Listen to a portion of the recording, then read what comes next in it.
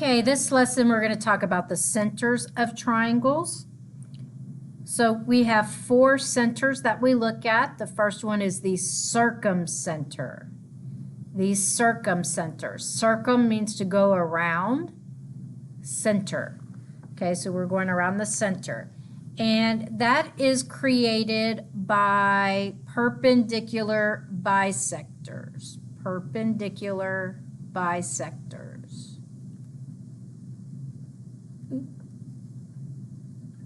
Can't write small enough. Perpendicular bisectors. Okay, and then we have important facts about the circumcenter. The circumcenter, I don't know if I'm having enough room. Circumcenter, there we go, is equidistant. That means equal distance from each vertex of the triangle. From each vertex of the triangle. So A, B, and C represent my vertex. And M, that is my circumcenter. Okay, so where all my perpendicular bisectors intersect at. So these are my perpendicular bisectors.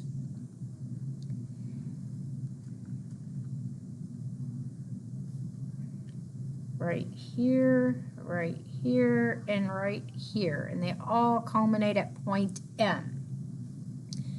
It says that from the vertex to M, B to M, and C to M, they're all congruent. And what's neat about the circumcenter, I don't know if I can, I'll try. Let's see, I need a circle. Nope. Ooh, doesn't do through it. Oh, that doesn't work. That's a bummer. So, what it says is since AM, BM, and CM are all the same distance away, what I can do is I can draw a circle. Forgive my circle. I was trying to draw a real one. I can draw a circle using M as my center and using one of these segments as my radius, and I can draw a perfect circle, not what I just drew, through all 3 points. That's cool. That's why it's called a circumcenter, because I can draw a circle around the triangle on the outside. Okay, so next we have what's called the in-center. And again, M is representing my in-center, and it is created by all the angle bisectors. So all my angle bisectors, so I'm splitting angle A, I'm splitting angle B, and I'm splitting angle C. And where they all intersect at, that's point M. That's my in-center. Now what's unique about the in-center is the in-center is equidistant from each side of the angle. Each side of the angle. Okay, so we're talking about from M perpendicular to Z, M perpendicular to T, and M perpendicular to X. That's the shortest distance from M to each side is the perpendicular. Now what's cool about the in-center is I can draw a circle from M to T touching every side. So I have a circle inside the triangle. Inside the triangle. So my circumcenter can help me draw a circle on the outside of my triangle.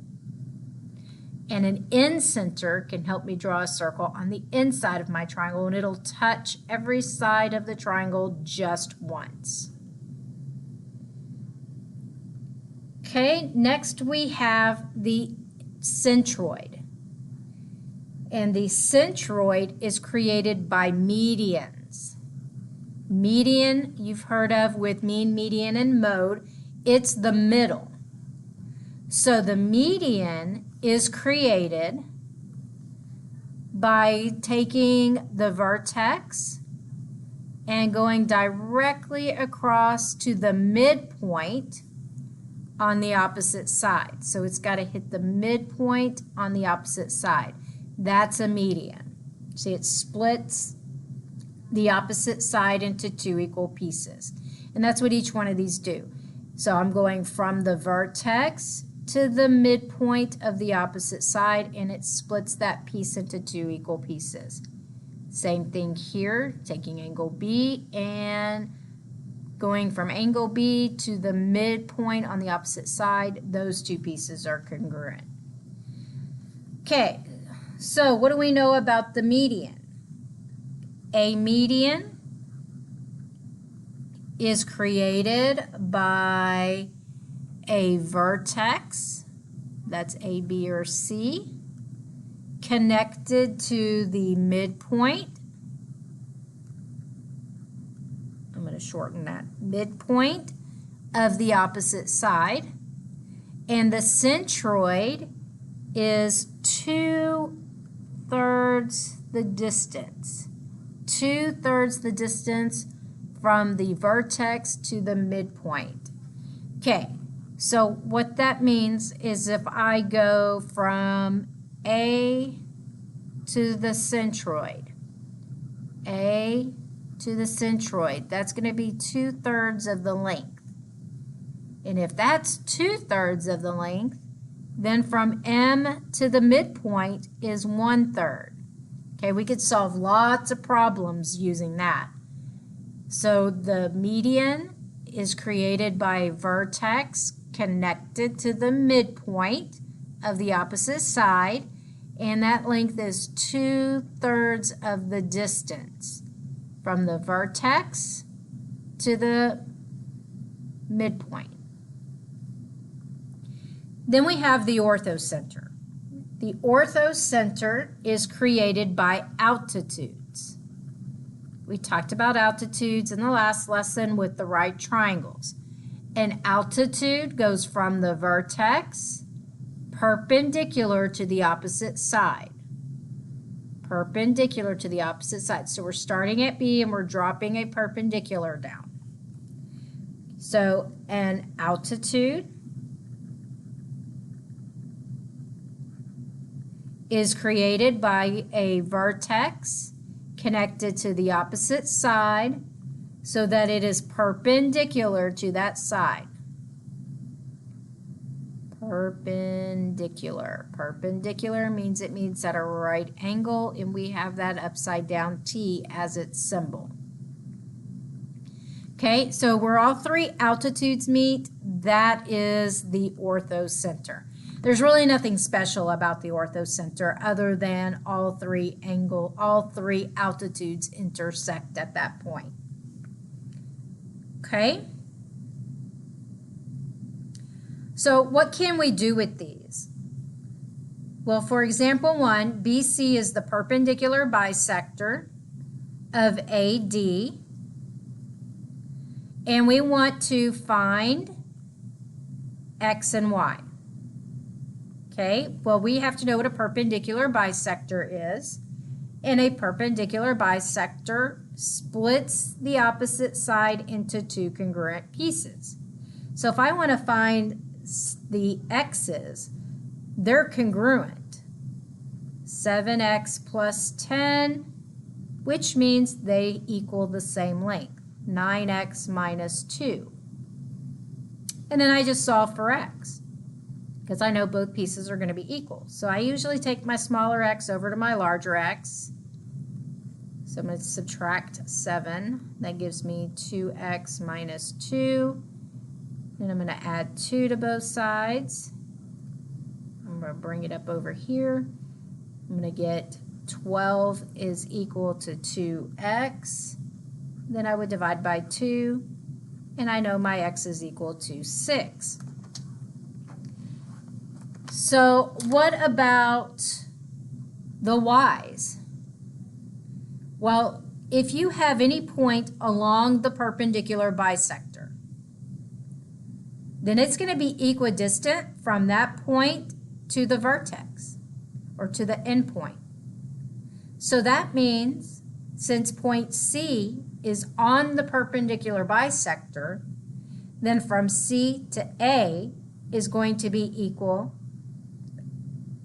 from C to D as well.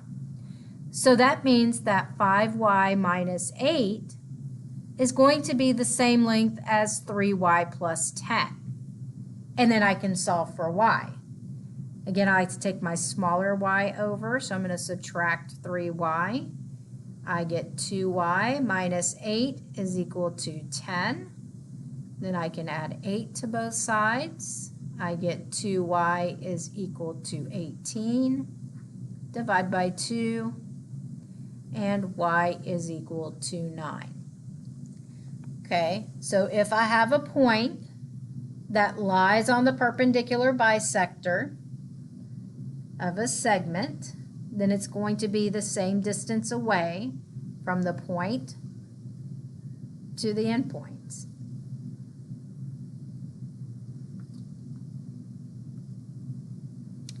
Okay, N is the circumcenter of RAK, triangle RAK. Find X and Y. Circumcenter. So if I go back to circumcenter, that's created by perpendicular bisectors. So my green lines going through there are my perpendicular bisectors. And the circumcenter is equidistant from the vertex. Okay, well, if I want to find X, that's along one of my perpendicular bisectors. So perpendicular bisector means it meets at a 90-degree angle and splits the segment into 2 equal pieces. So that means that the 3 times x plus 3 piece equals the other side, 21. Okay, so there's more than one way to solve this equation. I'm going to solve it because I see 3 can go into 21, so I don't want to distribute it. I can divide both sides by 3, and I get x plus 3 is equal to 7. And then I can subtract 3 from both sides, and I get my x is equal to 4. You are more than welcome to distribute and solve for x. I noticed that 21 and 3, or 3 was a factor of 21, so I divided by 3. Okay, now to find y are my purple dotted lines to differentiate between the green ones? Because the purple lines go from the circumcenter to the vertex, they're congruent. So I can set those equal to each other. 4y minus 3 is equal to 9. So I can add 3 to both sides, and I get 4y is equal to 12. Divide by 4, and my y is equal to 3. And now I've found both x and y.